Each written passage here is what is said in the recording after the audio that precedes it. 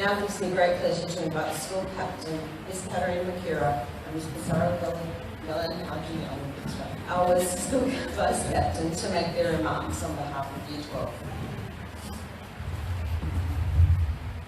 Good morning, class of 2020. Okay, I can't pretend this is how any of us thought this ceremony would go.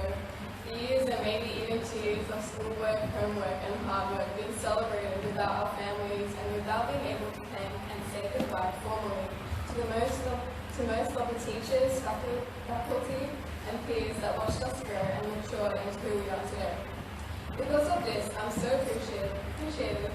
I've been given this platform to thank the teachers, administrators, support staff, coaches, friends, and most importantly, the family that has helped us to get to where we are today. I hope I can speak for the class of 2020 by saying without you all, we would never get to go through this memorable process of receiving our high school certificate. I'm done thinking about the things we've missed out on and want to remind us of what we have to look forward to. Look around. Tomorrow we officially start our own paths. Some of us will go to uni, TAFE, college, the military, become tradies, begin working.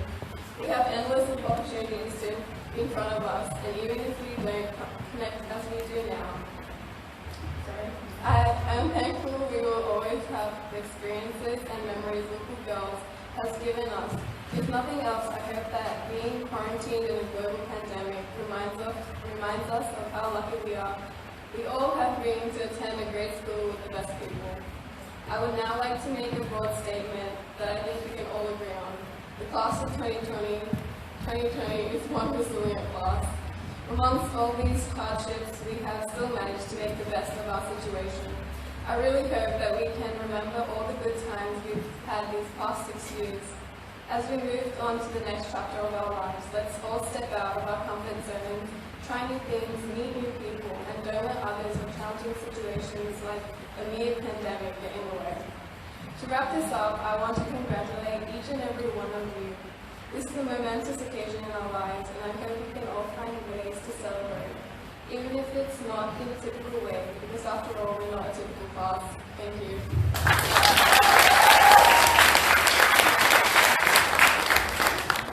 Good morning, afternoon, everyone.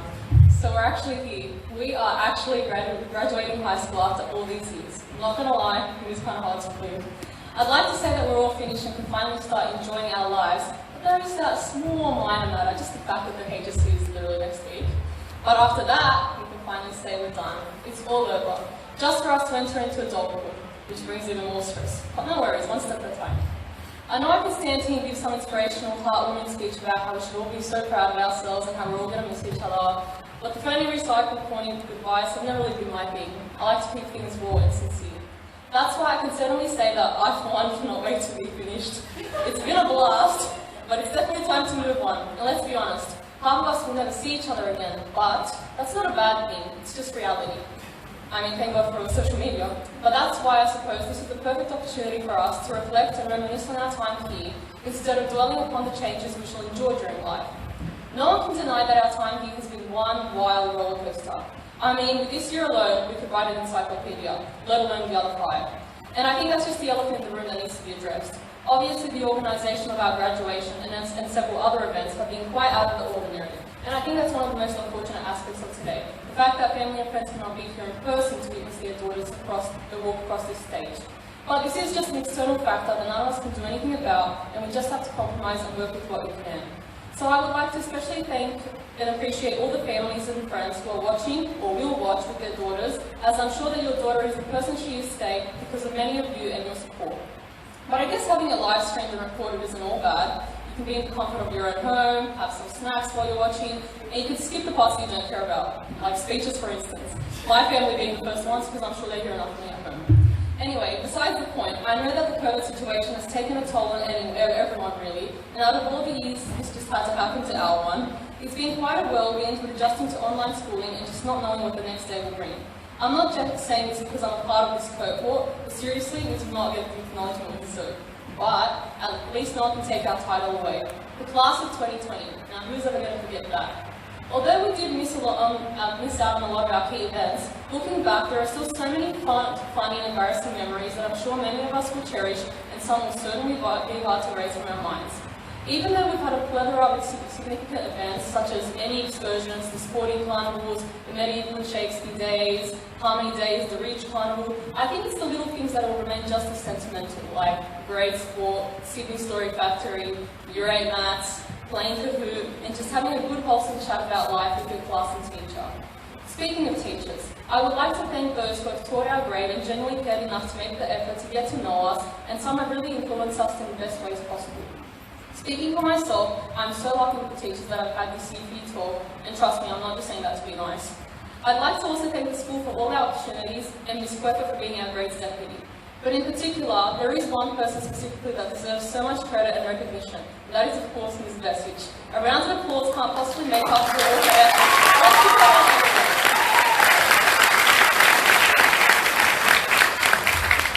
This brilliant woman has literally been with us every step of the way. Even though she was head teacher for a few years, let's be honest, she never really stopped being our year advisor.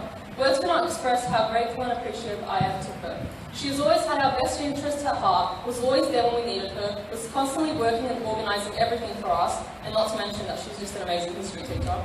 We were undeniably so fortunate to have her as our year advisor, and I cannot even begin to imagine how different our schooling experience would have been without her. Over the years, we've also had quite a few assistant year advisors. Although he's only been our assistant year advisor for a year, Mr. Potter's always lent a helping hand when needed, and I know that his maths class adored him. And of course, we've also had Centurion. I still laugh at the fact that he had to mediate petty dramas from our junior years. But I'm sure that we will never forget his many life stories and wise lessons, as not all heroes wear capes. And Miss Tarnage, literally our older sister. The fact that our whole grade was shocked and heartbroken when she left says a lot. She just always gave the best advice, was so down to earth, and is an incredible teacher, especially when she encouraged people to choose history. So yes, I think it's safe to say that we've had some of the best year advisors. Now, before I drag this out any longer, because let's face it, I can talk underwater, and all most of us want to do is get that certificate and get out. So this is just going to be my version of a sentimental farewell. And yes, this is where I'm going to go all feminist on you. In regards to the future, you are completely in charge of the next chapter of your lives. Choose a career that you'll enjoy, a career where you can utilise your skills to the fullest potential, which will ultimately benefit society as a whole. Parents, this is directed at you. Okay. Please, just let your daughters pursue occupations which they wish to explore. Yes, I understand you want her to be a doctor, or you want her to get married so you can have grandchildren. All of that will come in good time, but for now, it's time to let them attempt to tackle the real world on their own. And please, don't ever tell your daughters that they can't do something because it's a man's job. If she wants to go to the Navy, let her. If she wants to be a bricklayer, let her. If she wants to be a car mechanic, let her. I understand all of your concerns, but trust me, don't be so quick to judge your daughters. They are somewhat capable of looking after themselves. We live in an ever-evolving world, and it is up to you as parents to ensure that you do everything in your power and what is necessary for your daughters to live in a society where they're not oppressed or have limited opportunities just because they're girls. I, for one, don't intend to wait for permission or feel restricted or criticised for my life choices. The point that I'm trying to make is we don't live in the 1960s. Ladies, this is back at you now. We've come to a point in our lives where we have to make important decisions, and none of you should feel as if you can't or aren't allowed to do something. So, make wise decisions, do what you love, create a life for yourselves. Do not let me catch you relying on the prospect of, I'll get married and my husband will look after me, or ever letting a man dictate your life. You are better than that. So although we're all going our separate ways, if any of you happen to remember me in the future, I hope you take with me and remember me as that girl with the horrible handwriting that will always get rived up if someone said anything that would belittle any of us or our rights. We're all going to do great things in the future. I'm sure life will be filled with the good and the bad, and high school was just one part of it. But if it has taught you anything, I hope it has taught you to just be good people. Yes, you'll make mistakes. Yes, no one's perfect. But just continue, or start, to be kind, honest, hard-working people. Leave behind the petty dramas of talking behind people's backs, hating on each other because she looked at my man's at rooftop, or she ate a burger without me, or because she blocked me on Instagram. When you look at these dramas now in retrospect, you begin to realise how frivolous they really are. Just handle situations with maturity and just be civil to all, and I cannot wait to see where the future takes us. So, after 6 long years here, it's time for us to finally apply all the skills we've attained in the real world. I have no idea how to do taxes, buy a house, perform first aid, or change a tyre, but I didn't know how to do Pythagoras theorem and turn on a Bunsen burner. So wait till my future employer hears about those neat tricks. But in all seriousness, I am glad for most of my time here. We spent the last 6 years learning, growing, crying, laughing, and basically living together. We've met and became friends with such diverse, positively weird and peculiar people with who we've made inside jokes with that will last a lifetime. And before I get disowned from my group, I'd like to give a special shout out to Bragta, Yovana, Nadia, Rabad, Nada and Seka. Thanks for being the craziest yet most honest, beautiful bunch of girls. Your eccentricity never fails to surprise me. So ladies, this really is a bittersweet moment. Some may be thrilled to be walking out those gates and never returning, and some of you will be crying rivers because that routine you've had for the past 6 years is going to completely change forever. Regardless of your reaction, I want you to know that you are strong, stunning, independent women who can change the world. Never forget who you are and where you came from. We've survived high school. We are the legendary Liverpool Girls' High School graduating class of 2020.